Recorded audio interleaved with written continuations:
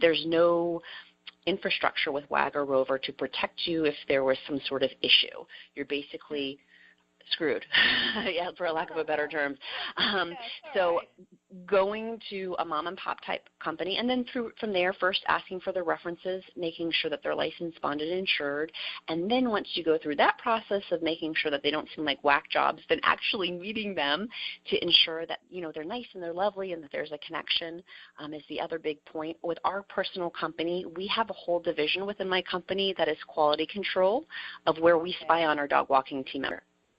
Well, if somebody calls you and in between when you're not doing their walking, you have advice. Now, remember, Fido really likes such and such, we discovered, but he doesn't like staying on the concrete too long. Any, feedback you can give the owner? Oh, yes.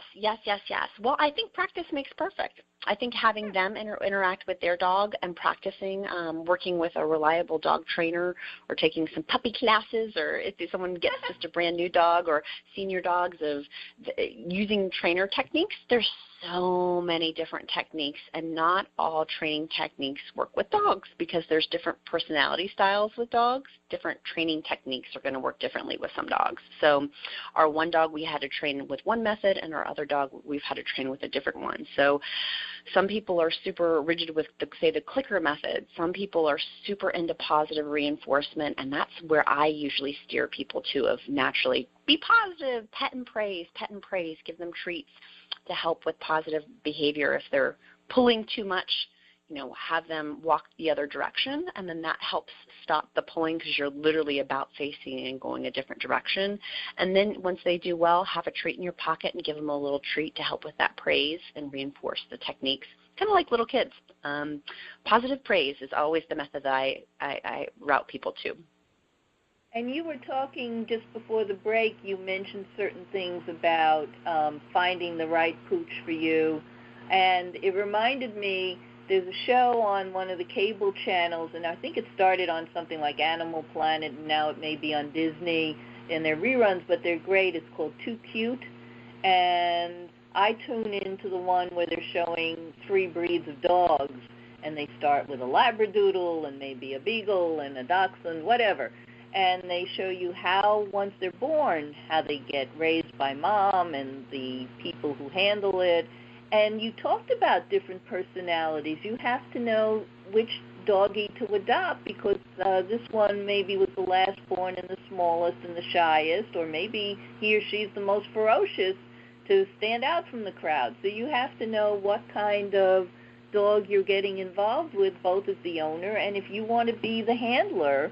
I would assume if I was going to apply, I'd have to tell you, well, I don't want a 200-pound St. Bernard or whatever to drag me around.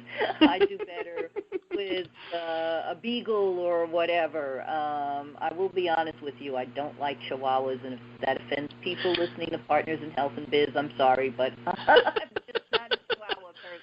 Everybody has a different area, right? That's right. And I think to thy own self be true, and knowing yourself well enough to know what you like, I don't think is a bad thing. I think that's actually a great quality to know what you do like and what you're willing to take care of and love with. For sure. Did you know that over the years we've had dog bites? It's just natural. Dogs do bite in certain situations, but it's always the little ones that we have the biggest trouble with. People always worry about these big dogs biting. It's always the little ones that have always had the biting challenges. I told you about the Chihuahua. I mean, I've never seen a friendly one. Yes, we have a segment for sure of seniors. We've helped with hospice. That's been something recently that's been people who are going through hospice and the family needs help with. They want to focus clearly on their family member. And same thing in senior communities of they need help with certain things, and that's great. We love coming in, and with the baby boomers aging, that's a big part of our clientele of folks that just need some help, or maybe they've gotten a second insurgence in their career and they're going to be out 3 or 4 days a week, and they don't want their dog to be lonely. That's what a lot of our clients, they don't want their dog to be lonely, so we come in and help provide that warm, friendly face and love for them and care for them. Oh, that's great. Now, we mentioned very briefly at the beginning a program about puppy yoga, And first of all, I love the sound of it because, of course, I love puppies. But even beyond that, I looked up on your website and remind people, we'll tell them again at the ending, but tell people what the address is for your website. Sure, it's doodlebugdogwalker.com. Okay, so doodlebugdogwalker.com. So there you see this puppy yoga.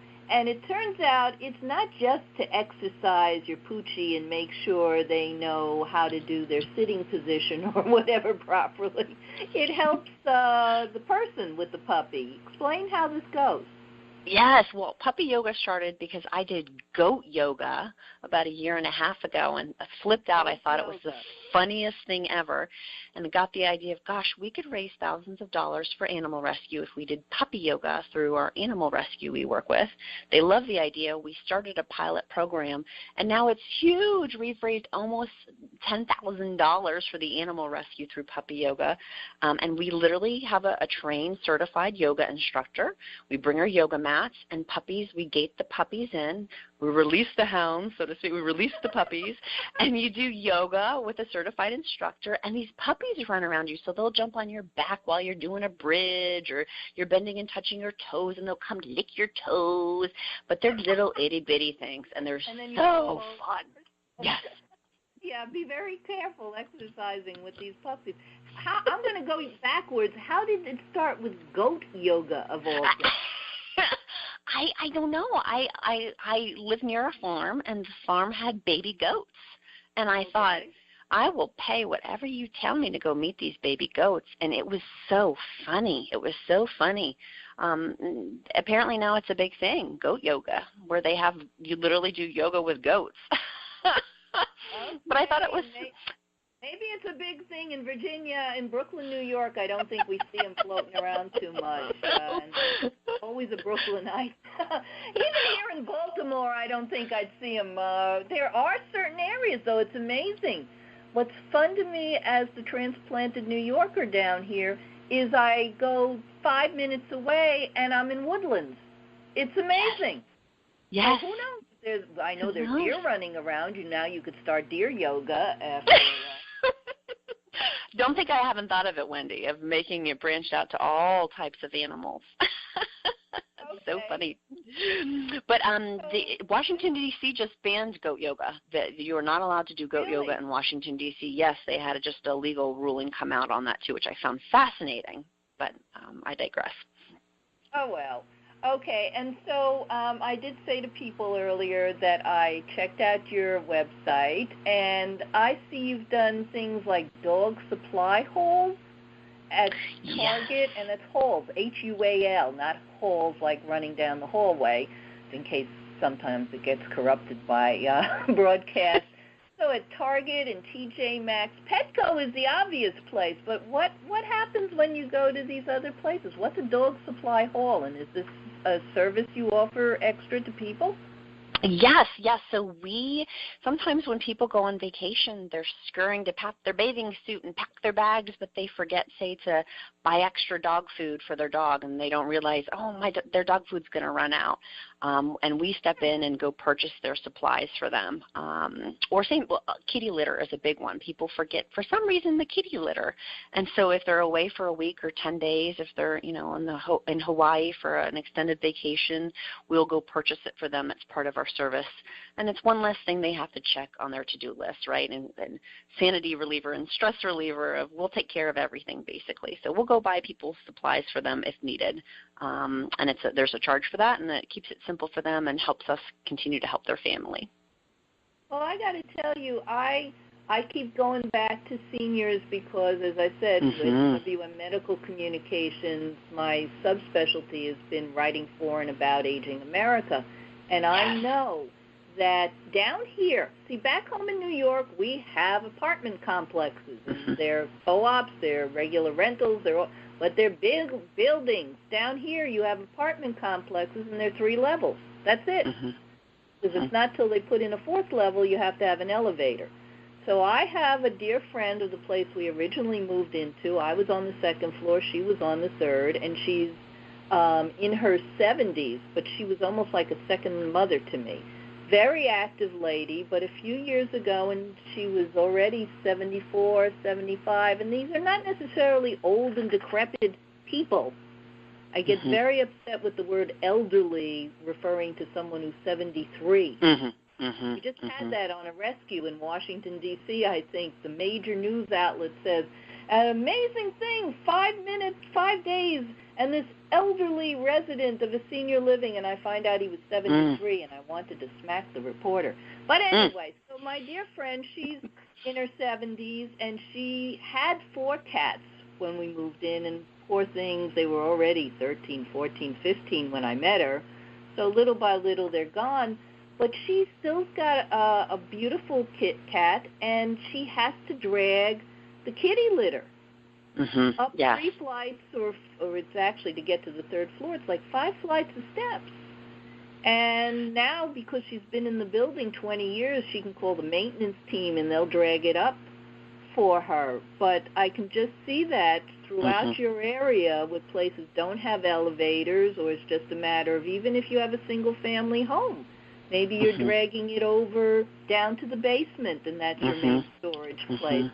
So I can see how this could be of value as we get older.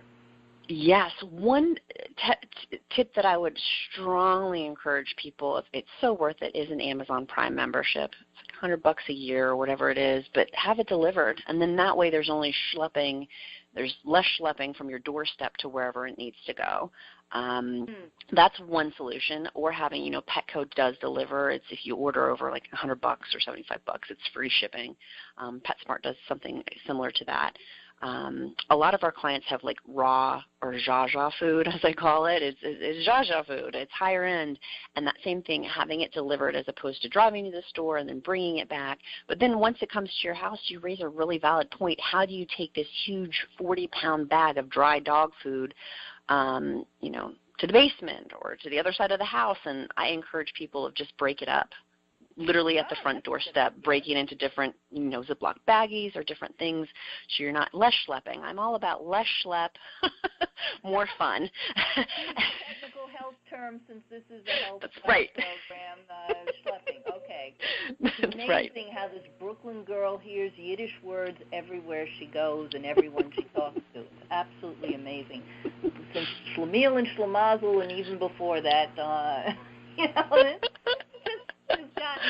So, I mean, this has all been amazing, and yes, I can mention over here we've got giant food stores, and now I wasn't expecting to mention this, but they do have a home delivery service, so you can get them to come in, and they won't just drop it at the front door. They, make sure they've got good licensed people. If you want to let them into the house, you can always stop them at the front door and bag it yourself, as you said, or they'll come in and stock it for you wherever you say to drag it to. So there are other options, whether you're finding it online, whether you're going to your local supermarket chain, or they're coming to you, Elizabeth. So before we go, and I thank you for what's been a wonderful, wonderful, fun half hour. I've really enjoyed it because we talked not just the basics of dog walking, but the healthy aspects and why